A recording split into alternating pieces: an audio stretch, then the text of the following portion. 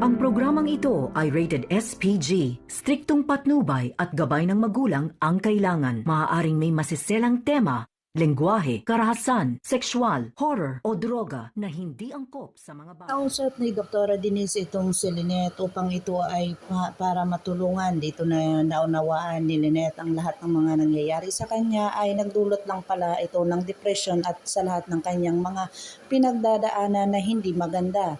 Dito na sinabi ni Dr. Denise na kailangan ni Lynette ng pamilya at kakausapin niya ito para bumalik ang kanyang dating pagka-Lynette. Dito na nga ay talagang itong si Lynette na makausap itong si Annalyn. Nung kinausap niya na ito ay tagang pumayag itong si Dr. Carlos Benitez na doon siya muna sa kanila ni Annalyn para gumaling na ito.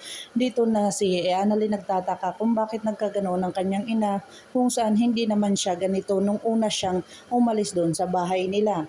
Dito na nga napagkaalaman ni Giselle na ang katotohanan ay anak niya pala yung pumunta sa Apex Medical Center. Ay pinatawag niya itong kanyang dating boyfriend na si Eric at talagang nagsabi ng katotohanan na hinanap pala ni Don Pepe itong si Eric at talagang nalaman niya kasi pina-DNA niya itong si Giselle at saka si Justin. Dito na napagkalaman na totoo pala ang mga ginagawa ni Don Pepe na bago ito na aksidente o na disgrasya ay talagang sinabi niya dito kay Giselle na gagawin niya ang lahat para maituwid ang buhay ni Giselle. Ito na nga ay talagang medyo nagalit itong si Giselle sa kanyang ama dahil itinagon niya ito sa kanya at hindi niya ito sinabi.